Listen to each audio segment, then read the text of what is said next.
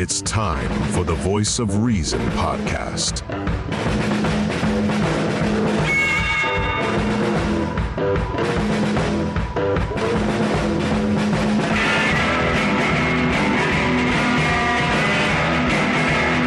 Here are your hosts, Sean Phillips, Andy Van Beber, and Travis Kirkendall. And ladies and gentlemen, we are live with you here. This is the Voice of Reason podcast. My name is Sean Phillips. As always, I'm joined alongside my co-host, Mr. Andrew Van Beber. V, how are we doing today? Very good, very good, very good. The chaos is over. The madness is over. School is officially done. Yesterday was my first official day off, and I've enjoyed doing nothing. Good. Mowing the yard, and that's about it. Yeah, no, that is you're definitely, feeling dadhood in full swing right now, it sounds like. Well, my daughter's she's already took off, and she's spending the night with her friend tonight, and so the boy and I detailed the truck today, and so I used and abused him today, and watching my money go down the drain by going up to the orthodontist. And I'm telling you what, when you get to that point, your wallet just gets a lot smaller. Tighter. Yeah. I can only imagine. I know how it feels right now with getting ready for everything that's going on in my life with the move and wedding coming up. Trust me, my wallet has never been thinner. Yeah. And probably will continue to be for the rest of the year. Have you informed the fans about your move yet? I think we kind of briefly. Well, for those who don't know, go ahead. Glossed over it. Yeah. So for those that don't know, currently my family and we reside here in Kansas City, Missouri, but we are actually moving at the end of the month of June, at the beginning of July. Back to Pike Lincoln County area. So we are going to be a lot closer to V, and then hopefully in the next little bit here, we might just be live from the Voice of Reason studios here before too long. So it is.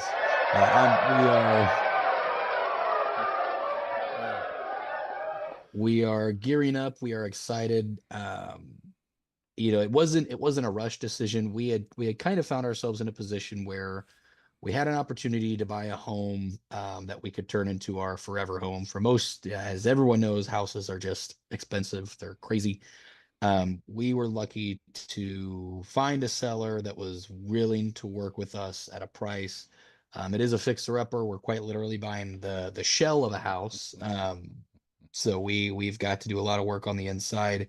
But even if we, spent what we bought the house for to put into the house, we'd still be a lot cheaper, of an overall cost of what a lot of people, what it looks like. So we're very fortunate, very blessed to be in that kind of situation where our seller was willing to work with us. So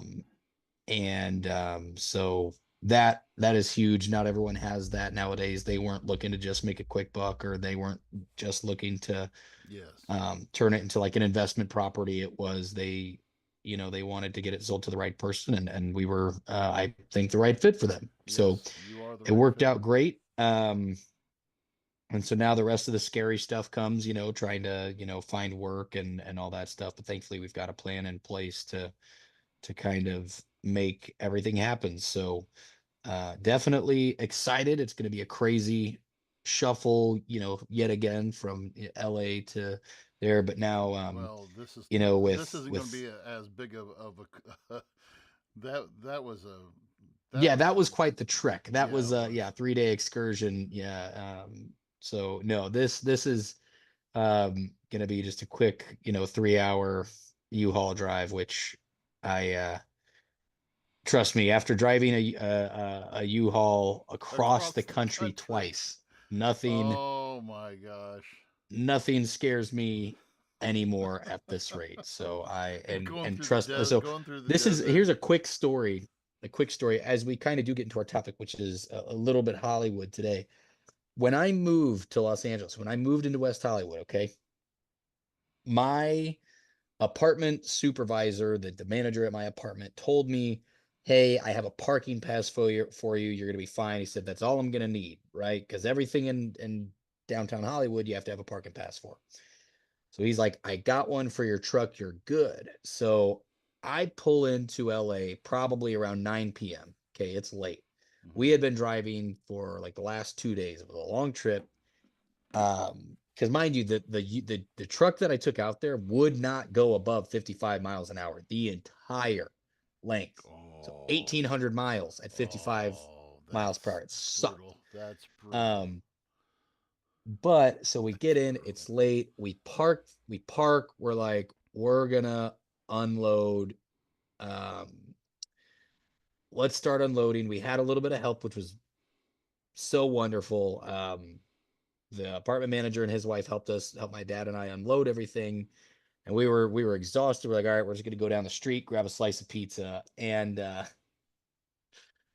we're on our way back from grabbing the food. And this like person that I obviously don't know, but it's like, "Hey, you have that truck, right?" And I'm like, "Yeah." They're like, "They're about to tow it and give you a ticket." And I was like, "What?" So I run up there, and it's like the parking meter people and the cops are like, "Hey, man, like you have to have like a pass here." And I'm like, "This, I have this." And like, "Yeah, it's not gonna cut it." So I had to call my boss, ask if I could park the truck on his street. He said, "Sure, no problem." Well, because I was new to LA, I didn't know I just went the way the GPS was like, go this Oh way, man, did you go through the hood? which no, not the hood. I thankfully didn't live around the hood, but I drove through the twists and the turns of the Hollywood Hills in Oh, a in a 18-foot passenger truck the first time I'm like driving oh in Los Angeles. my goodness. And when I say like I called the U-Haul people's like, "You have to have another location on this side of the city. Like I'm not driving back over there to drop because my drop-off location was Beverly Hills." And I was like, "I'm not doing that. I'm not Driving doing back that. through So the I hills. will." Oh Yeah, man. it was quite the experience to say the least. And I'm just thankful I will never have to make Oh that man. trip again. I That could put it is this way. fantastic. If a position ever opened up for me to go back to Los Angeles for work full time, it would have to be so much money. And it would also have to be where professional movers are hauling my shit because I am not doing it again. Yeah. Fantastic. That's So, great. I when we moved here, I borrowed a former student's. He has a race car. I borrowed his race car trailer, and this mhm. thing was it's every bit of thirty Is it the foot. former student I know pretty well? I don't know. It's one of the twin students. I don't know if you know the one who I'm taking. Oh, no, not.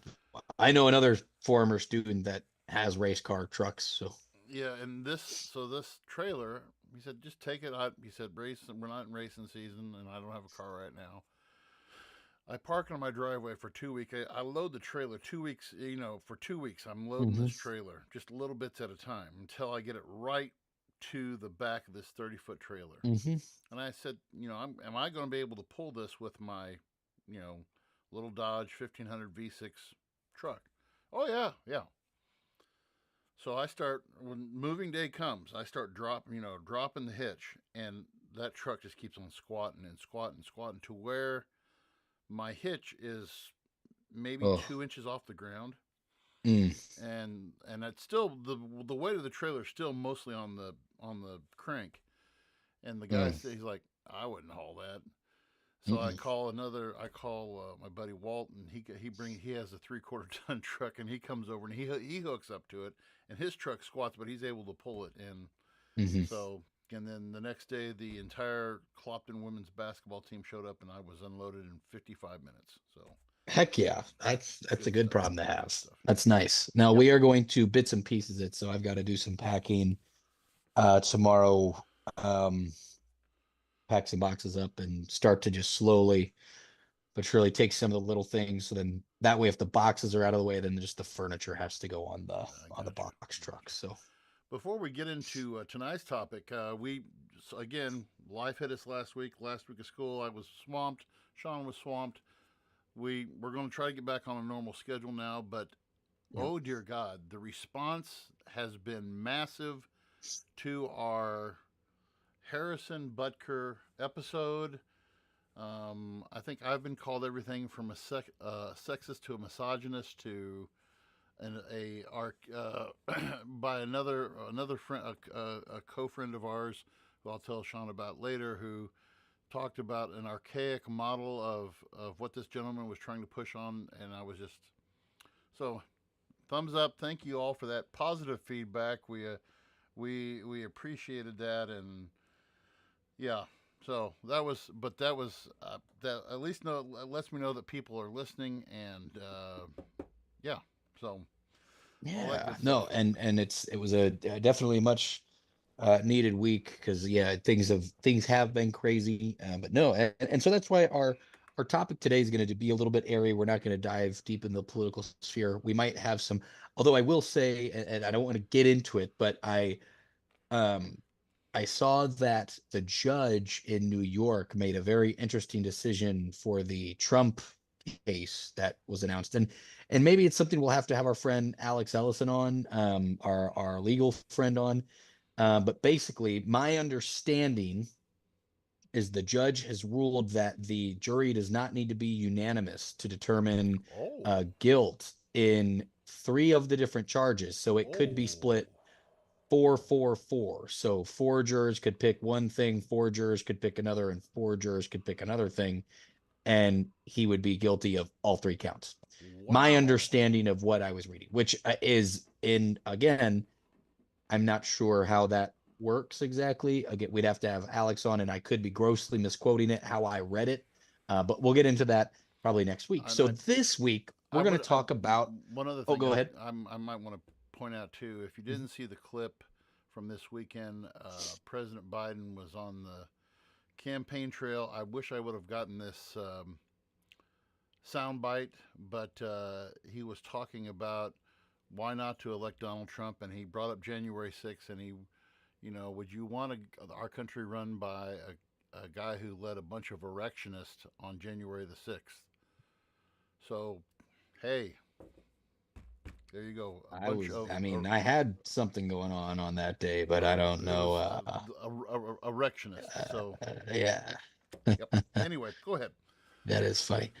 No, so yeah, we're gonna take a deep dive a little bit into the realm of Hollywood this week. So the reason why I wanted to talk about this, we'll kind of get in. V sent a great article, and we'll kind of discuss it. And I actually saw a couple good things about. Well, I wouldn't say good, but it was a good article about some of the biggest box office flops of 2023, and there's been quite a few in 2024. Mm-hmm. Um, but I want to get your opinion after. So one of the things that I've seen, so this past weekend, Memorial Weekend, um, was one of the lowest Memorial Day weekend box offices in a very long time. Kind of the movies that were spearheading were animated Garfield movie, John Krasinski's If Imaginary Friend movie, the Mad Max Furiosa, and there was one other film that was, don't quote me, that was also up to, oh, Fall Guy with Yes, Ryan Ryan. Reynolds, Emily Yeah, Blunt. That was the other not big Ryan one. And Reynolds. then we Ryan. are Yeah, Ryan Gosling. And Gosling. we are also on the tail end of the latest Planet of the Apes release, that God, came out just a couple weeks ago. God. So one thing, and we've talked about this before, Twitter, or X, formerly known as Twitter, is not necessarily the most trusted source for information. So my algorithm usually falls under sports and entertainment, and sometimes political stuff is what happens. Now, what I dislike about the Twitter algorithm now is that if you, I'm not even making this up, and V, maybe it might be different for you. I'm not sure how often you're on Twitter, But if I look at a post, so let's just say, like, if I was to go to Twitter, and the way that I have gone about being on Twitter to stay off it less is I have deleted the app from my phone. And so I have to go onto Safari to actually like load Right. Twitter because I just it's taking its sweet time to load. But if I look at a post and let's say it says donuts are $1 today, let's just say that's the post. If I look at it, if I click that tweet and I look at that tweet and I go back, my homepage will then have 10 more tweets about that topic. So over this past weekend, the reviews, the film reviews, fan reviews for Mad Max Furiosa have been relatively positive. People have said it's a great film. However, it has not translated that way at the box office. No. And all these Twitter film buffs were toting that it's, America's fault that this movie is failing. We are never going to get, good IP again. And, it was every excuse in the book as to why, this movie was not doing well. And they want to know, I remember specifically the tweet that annoyed me was someone said, people's attention spans are too short thanks to YouTube and TikTok. Yes. So masterpieces like Furiosa are not seen by the masses. Great point. So I decided to do some digging. I went on my phone. I went to the Fandango app. I looked up 2 tickets for Furiosa at my local AMC. So there's an AMC a mile that way. So I got 2 tickets for what would be Tony and I. I looked and I did a guesstimate for, because the movie is about, it would take us from commercial start to driving there, getting home, about 3 hours to see the movie. On the low end, let's just say it was $50 for a babysitter for the evening. And then if we went to a movie, we'd split a popcorn, we would each get a drink. I'd say that would probably be fair. I did the math of the concession cost. I added the babysitter. I added the 2 tickets to go see the movie, and it would have cost us $135 Judas Priest to do that. Okay. Holy cow. It is not because people don't care about movies. I don't want to make this something that's necessarily just about the state of the economy, but people fail to look at the greater picture of things before they determine this is your average moviegoer's fault. Furiosa was a rated R movie. Okay. So my kids couldn't go, even if it was PG-13. Probably wouldn't take my kids, but I would be more inclined to take my kids to a PG-13 movie. Right. Than a rated R movie. So I have to have a babysitter. I could leave out the drinks and the popcorn, but the tickets alone, and this is with a military discount, which basically got rid of the $3 a piece Fandango fees, were $47. Yep. That's $47. Right. When we so go, you take the 47, you take the 50 for the babysitter, and that's still close to $100 just for a movie for 3 hours. So my take on it is, if we look and getting into, and I'll get your opinion on this, V, but I don't necessarily think that it's because people don't want to go to movies. I think it's because people can't necessarily afford movies. But the way that viewership, because this was my argument, there have been other movies that were remakes that did very well this year.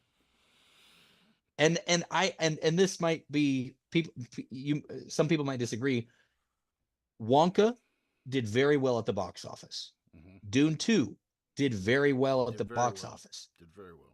I do not think that the success was based off of because of Timothée Chalamet, who is the star in both those movies. I don't think it was because he is an A-list superstar that is drawing people. I think that both of those movies would have done fine with or without him.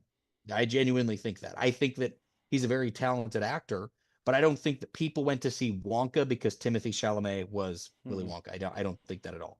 Same thing for I don't think that if he wouldn't have been cast, I think Paul Atreides is the name of the character in Dune. I think people would have gone to seen Dune regardless. Right. Okay. Now we look at last year. Um, we look at movies like The Haunted Mansion was a huge loss for Disney. Disney. Doesn't help that they released the Haunted Mansion movie in July, and not around Halloween where I looked and there wasn't really a family Halloween movie. esque Halloween movie. Nope. Wish was another one that Disney lost out on a lot of movie money, and I watched that movie. My daughters enjoy it, but when we saw that movie in theaters around Christmas time. Or maybe it wasn't around, we saw Migration on Christmas. But Wish was, my daughter didn't care about Wish until it came out on Disney Plus. She was like, "Oh, there's that Wish movie again."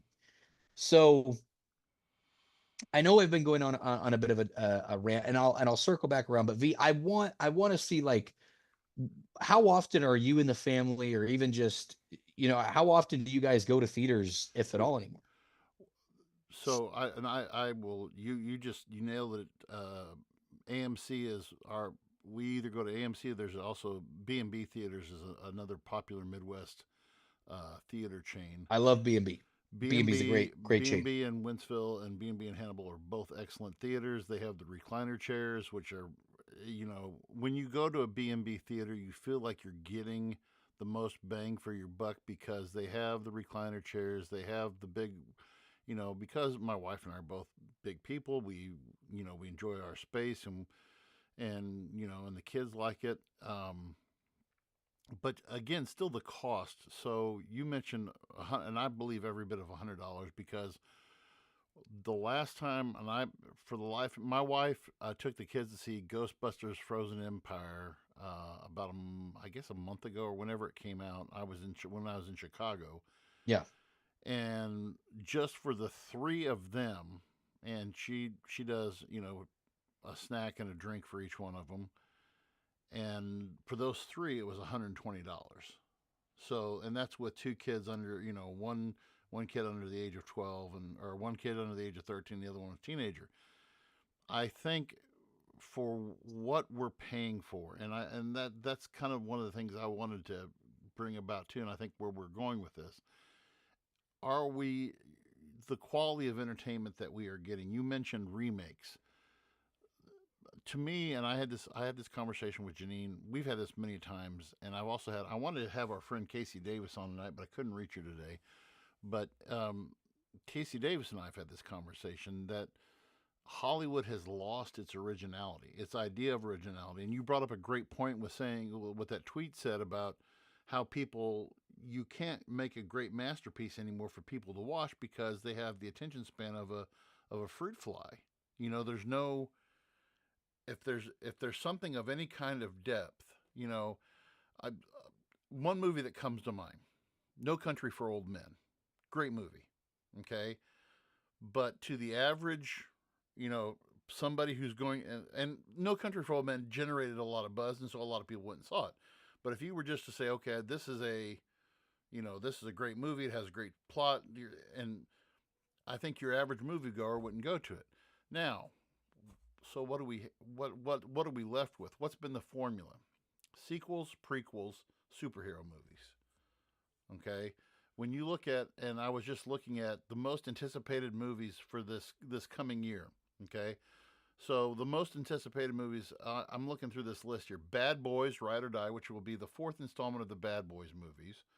Deadpool and Wolverine, which I actually am looking forward to. Deadpool and I'm a huge fan of Deadpool.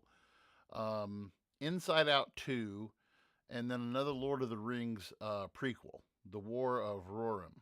And to me, and then the remakes, okay? So as far as remakes go, you have remakes of old Hollywood and old TV shows. The Fall Guy. I've yet to see The Fall Guy. I've heard good things about it. Rotten Tomatoes says it's a decent movie. But on the other side of that coin is Roadhouse, which was on, I believe that's streaming on Amazon. Is that Amazon or Apple or something like that? But that movie is, in Roadhouse, for someone who's a purist like I am, there's only one Roadhouse. That's Patrick Swayze. That was, you know, a guy going and kicking butt and taking names, and that was a great movie, and it was a timeless classic, and it stands the test of time. People can still see it today. But then, they're talking about remaking Back to the Future. I don't know if you've heard with Toby Maguire as a possibility, and you won't believe who they're looking at for Dr. Brown to be Dr. Brown, and that would be Robert Downey Jr. Okay, There's no wait, but okay, not to cut you off. no, Are you saying Toby Maguire as Marty McFly? yes, yes, He's like you, almost 50. And I love Toby Maguire, but I'm not pretty Toby sure he's Maguire. like I'm sorry, this not Toby same. Maguire, not Toby Maguire. Wrong Spider Man. Um, Oh, Tom Holland? Tom Holland. I'm sorry, not Okay. Tom. I'm like, if Toby Maguire played Marty McFly with Doc Brown being the same age as him, that would actually be rather impressive. That would be good. It's like, But I'm just yeah. Okay. I can't. But to me, if I'm, and we were talking back and forth this week about what this means for the future of streaming. If I pay an extra, what Disney has their thing, Amazon has what is it? It's like First Look or First, and Apple has it's called Apple at Home, which they're already doing Fall Guy with. Fall Guy is still in the movie theaters, and it was number 5 at the box offices last weekend. But now, okay, so I can go and drop $120 at the movie theater. Well, with all 4 of us, I could drop $160, or I can pay the extra whatever it is, 15-20 bucks, and I can watch it here at home, and I can get pop all the popcorn and go down to Dollar General and get all the candy that I want. And so, what exactly? I mean, what are we paying for? I mean, you're the Hollywood guy. I mean, what exactly? I mean, is how much? I'm curious as to how much, like, theaters have to charge to make. I mean, where they're making their money at, because I can't see it being on the movie. I see them making their money on like concessions and stuff. I don't really see them. I mean, is that what are we paying for concessions? Is that what we're paying for, or where's the money? Where's the money being spent at? Right. Well, I do know a um I know that a percentage of the film, like what it makes, I believe there is a small percentage that goes back to the theaters. They're not Don't making quote much me on that. profit off. They're not. Are they making profit off the showing of the movie though? I don't know. I feel like there has to be some kind of agreement. But I could be wrong. But no, they are mostly making their money off of concessions. That is where Yeah. your movie theaters are making their money, which is why they're high, and rightfully so. I mean, because I get it. It's not fun to, pay $20 for a large bucket of popcorn. It sucks. However, I still want these people to have a job. So I get where that is. It's the amount of money that we're paying just to see these movies. I mean, it was over $20 per ticket. And here's the thing. Back in the day when you paid to go to the theater, you paid for the movie theater experience, the surround sound, Yeah. the big What screen, was the environment. the Dolby But DTX and all that stuff and everything? but where we are at now is, here's the thing. And I don't want to go out on a tangent, but you look back at when The Dark Knight Rises came out in Aurora, Colorado, there was a theater that people were murdered by an active shooter Yep. who I believe, right, the Joker, right? who killed dozens of people.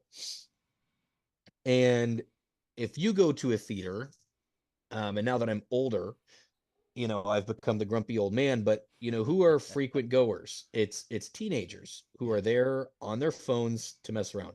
I've taken my kids to to like kids movies, and there'll be teenagers there yelling and cussing Yeah. in the back, laughing Shut up a up. storm and doing their thing. Shut up. So it's the movie theater experience has kind of, in a sense, lost its edge. Now, I do have an argument though, where there are some movies that you have like, if seeing them in theater will change your life. I felt that way watching Oppenheimer in theaters. Really. If I would have just watched that on my TV, I wouldn't have had the same appreciation for that movie. And that's one of my favorite movies. That was going to be one of the art the counter arguments that I had to a lot of this is, while yes, it is usually down to there's been a recipe. Now I do believe there's been an oversaturation.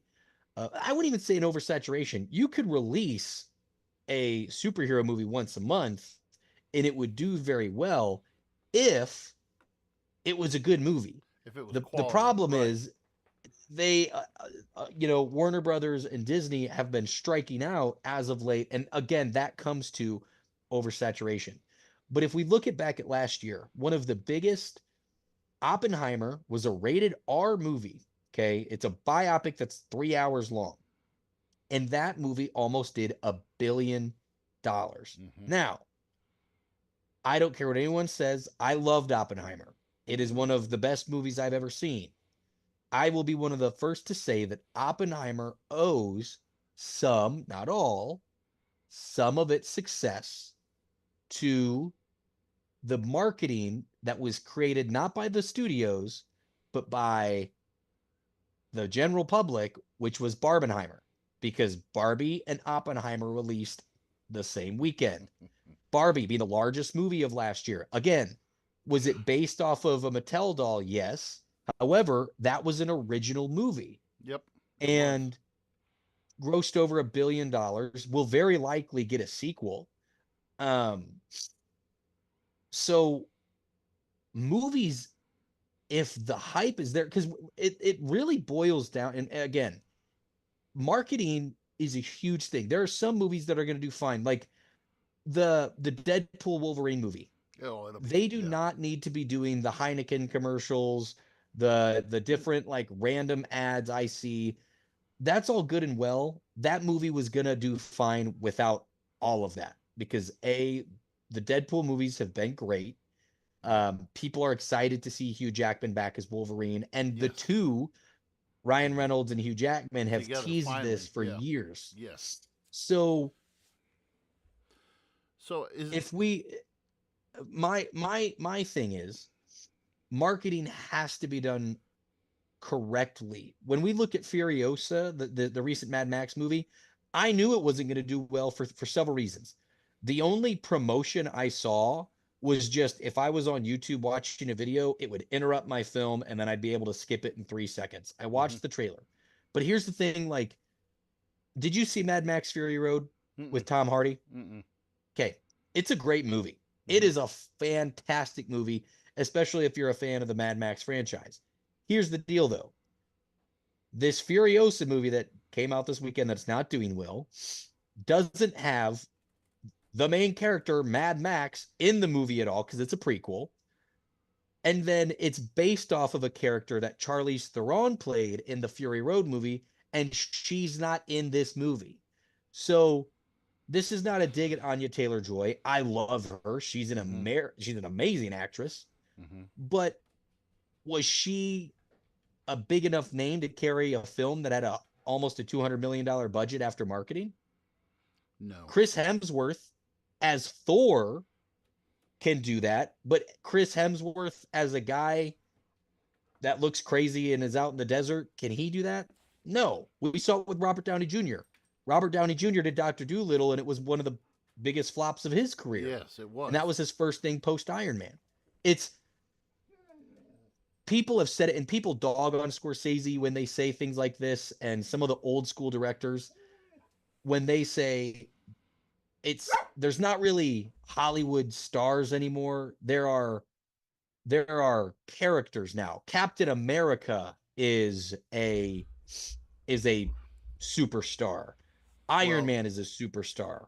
But the problem I have with okay, So here's my biggest gripe though is originality. Is Hmm. originality. There's to me okay, so the broken skipping, cracked record that keeps on skipping on the same thing is okay, we've got this success, we've got this formula. In that article that you and I were reading over that, Disney's formula has been, you know, the it's the same, the girl and this and the princess and the that, and here's that formula is I'll say this: the last decent movie that I could say that I watched that was a Disney movie I could go back and I could watch again with my kids was Moana. Okay, that was Hmm. and that wasn't it didn't sell me 100%, but I'll go and see it. But okay, within the last few years, though, to me there's nothing original. There's Top Gun 2, okay, that was meh. All right, it wasn't bad. It wasn't, but now, since we did good with that, let's hit them again with Top Gun 3. Already talking about putting up another Top Gun movie because of the feel that we got from this last movie.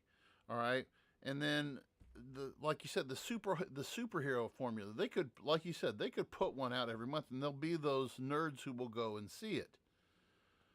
But I made this prediction. I made this prediction 10 years ago when Janine and we went to every Marvel opening. I mean, if it wasn't opening weekend, we were there the next weekend Hmm. after. After Iron Man 1, we were hooked.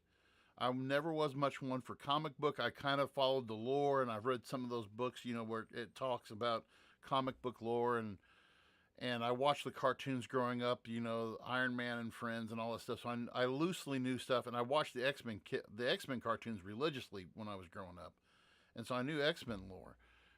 But when they start going, I told Janine, I said, I know what's going to happen because uh, they did the equivalent of Endgame. They had in the cartoon series, they had a fight with Thanos in the cartoon series. Okay, it didn't really play out the same, but it was.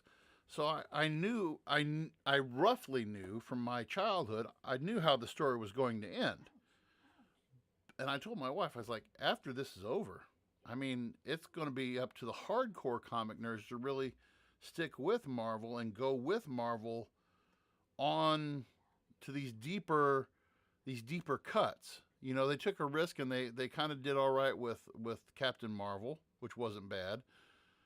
But then when they went with the Marvels and that kind of tanked, and then they tried to hit another one with the comic book nerds with the Eternals. The Eternals was terrible, was god awful, and I'm trying to think what was the other one. The song Shang Chi and the Ten Rings wasn't bad. My kids enjoyed it because it was Asian glorifying Asian culture. My kids really enjoyed that movie. But you have, and you talked about Warner Brothers too. I mean, they flopped with their last three movies: the Aquaman movie, the Flash movie.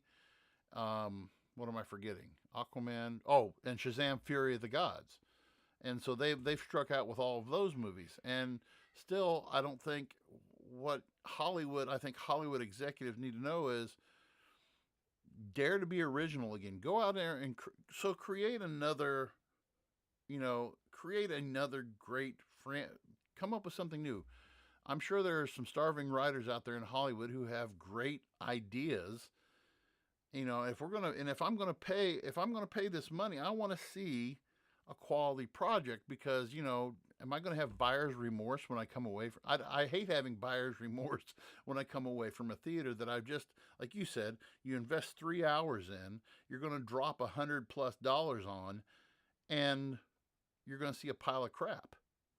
Well, you want to And know what's a bummer, yeah, in my opinion, is gone are the days where so Netflix is a little bit different because they make $200 million movies for some reason.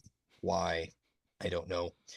Um, but so you have companies like you have um your Peacocks,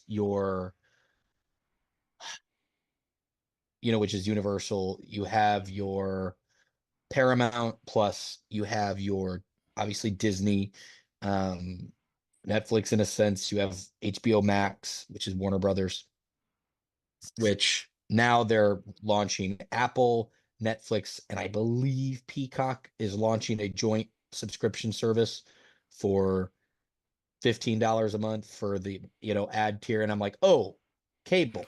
They're releasing cable. But gone are the days, and they still make some of them. But here's a great example. I don't remember the name of it, but Jennifer Lawrence's most recent R-rated comedy that she just did. I don't ask me the name of it. I don't know off the top of my head. Um, but it actually did decently in theaters. It wasn't like a crazy return, but there was a low overhead on the budget. Do you know No hard if feelings. what genre? What genre? Oh, no, no hard feelings. That's right.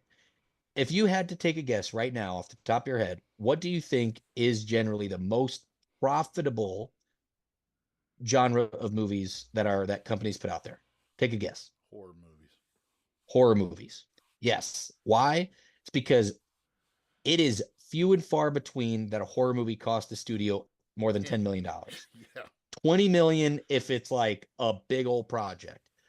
But the amount of times that these companies will make $100 million returns off of a $8 million movie, like the Conjuring series, I don't think any of those films cost more than $10 million. And I think most of them have done well over 200 million at the And box office. because it's simple. You watch those. It's a It's a simple. It's simple mhm, set up and to do. exactly. You're not going on location or anything like that. And yeah. So gone are the days where studios are putting out your for theaters movies like did you ever see the movie Lawless with Tom Hardy, Shia LaBeouf, and Jason Clarke? Mm-mm. Great movie. It probably cost the studio anywhere from 30 to 40 million dollars to make that movie, and it just did, if I had to guess, probably by the end of its theatrical run it was probably under 100 million dollars. Could be Oh a little bit yes, more. this is the yes. I've seen a lot of clips from this Yeah. movie. Yes, So yes. gone are the days where studios are making, and let's just say hypothetically, let's say you attach an actor like Chris Evans, you pay him 8 to 10 million dollars with a residual deal, and then the overall budget of the movie is somewhere between 30 40 million. It could be a light action movie where maybe he plays like a street cop and he's doing something light action. It could be a rom-com. It could be um you know uh a war movie, that doesn't have to be this Totally 150 right. million dollar conglomerate. Agreed. The only like Now we see Netflix original movies that are just coming out that might cost Netflix a couple $1 million to make. And you say they have their own studio out in Arizona or something like that. Didn't you say they have Albuquerque, they have studios Albuquerque? out in Albuquerque. Mm-hmm. And so let me Bless you. excuse me.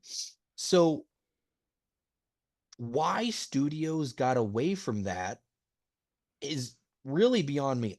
It could be because maybe with marketing you almost have to match the budget to really get the name out. But in all honesty, if you did get the right star behind it, because I'm serious, like with the exception of very few people, there are no longer like Hollywood stars like Tom Yes. Cruise. Yep. Yep.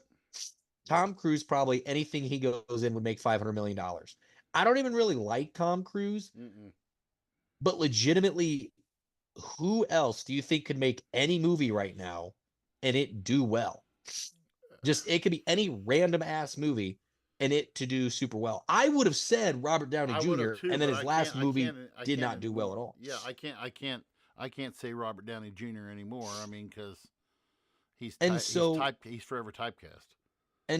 my thing is we've lost an art, which is your theater going experience for an enjoyable run of the mill film where, again, it's to the point where they go all in on these giant budgets. Heck, The Rock was Yes. in, The Rock's Netflix movie that he did, like Red Notice, was I didn't. I like couldn't. $250 million I made it for a 10 minutes into that. Netflix I movie. made it 10 minutes into that movie. I had turned it off. That's me and Madame Web, which is a whole other Oh thing. But God. That. Oh but my I God. but I would Oh. love for our listeners, give us your insight. What was the last movie that you guys saw in theaters? Are there any movies that are coming out this year that you're excited for? Yeah. Is the movie theater experience too expensive? Is it you don't enjoy the movie theater experience as you did? Because I can truthfully say, with the exception of Oppenheimer, every other movie I think I've gone to for the last 2 years has been because I wanted to take my kids to go see a children's movie and have I fun can. with them at the movie theater. The last movie that I really, of course, was Endgame. Was the Infinity War Hmm. and Endgames were both. I didn't even feel like. And I've told kids this before too, and tell me if I'm wrong. To me, a good movie, when we do this thing, we talk about 1930s Hollywood, and I always ask the kids, what do you consider to be the best movie of all time? And they always say, like, these new movies. To me, a great movie is a movie that I can get lost in, meaning I feel like I'm sitting in just like you know, for example, every time Shawshank Redemption is on, I don't care where it's at in the movie. I will stop everything that I'm doing and I will watch Shawshank Redemption. The Green Mile, I will watch every second of it. And I mean, I I can say that I've watched Green Mile more than I've watched any other movie in my life. I've watched that movie probably close to 100 times. I'm not exaggerating because it's just so well done. Castaway, Tom Hanks Castaway movie. I've watched that many times, you know. Um, but it's movies like that that I love that has, or something that I'm really reminiscent about. Like there was a movie that didn't get a lot of play, but I thought was an excellent movie. It was called Ready Player One, which was based off of a book. One of Loved that is in my top three movies of all time. I love Ready Player One, and Love that movie. it was Steven so Spielberg. well. It's what? That's a Steven Spielberg film. Yeah, and Yeah. so I look at movies. I look at movies like that. If it's a movie that I can watch one time and I can say, oh, I could have done without watching that. I'm debating right now to rent the new Henry was it Cavill film, The Ungentlemanly Art of Warfare. I And the little bits of it that I've seen are great. Yeah, and I'm debating about whether I want to watch that, but I've watched the last good movie that I went ahead and rented it. It was still in theaters. Was last Jason Statham movie I watched was called The Beekeeper, which was. Yep. And I'm also into like these scam call center videos on YouTube, and so I really got into that movie. It was not like how but it was an enjoyable experience. I was like, man, I'm glad I used the money to watch that movie, and Yeah. but yeah, Hollywood has to get more creative because Mhm. and I think the last thing that we need to talk about before we go off tonight is just saying, if Hollywood keeps on doing what they're doing, I mean, and you kind of alluded to this earlier, these streaming services are going to, I mean, that's what people are going to start going to. I mean, if you can say, because you'll see some of those, like a movie trailer, it'll say released only in theaters. Yeah, but you'll release it in theater and you realize, oh my God, we got to make our money back somehow, so we better release this to streaming so we can. I mean, that's kind of the whole thing with the Black Widow movie. When the Black Widow movie came out during COVID, and Scarlett Johansson had that lawsuit with Marvel saying, hey, you guys didn't pay me like you were supposed to, and I got screwed on this because I can't help Mhm. COVID, but you didn't release this in the theater. Now, granted, I didn't think it was that great of a movie either, but there you I'm a go. firm believer that in the next 10, 15 years, we will have four companies that aren't independents that are producing movies independently, maybe 5. Maybe 5 if Warner Brothers doesn't sell. I think it's Disney. Mm-hmm. I think it's Amazon. Mm-hmm. I think it's Apple. Yep. And Netflix. Yes. I agree with all 4 of those. Maybe Warner Brothers, but I think no. I think your Paramounts, your Universals, Those guys are gonna be gone. I think they will be bought out by the other giant. I think they'll be merged. Yep. Yeah. So, Totally agree. this was a good one. I know it was mostly us, mostly me, I should say, just kind of rambling about the film industry, but I had a blast, and Yes, sir. I am very excited. Next week, I am very excited to get back into politics and discuss politics with you. We'll hopefully have a better idea as we get closer to next week on what exactly we're going to cover, and as long as nothing too crazy. Yes. As long as nothing too crazy happens in the world this week, we should hopefully have a little bit of info. But again, be a friend, tell a friend. Thank you all so much for listening, and we will sign off and see you guys next week. Thank you for listening to the Voice of Reason podcast. Be sure to check out our other content on Facebook, YouTube, and TikTok.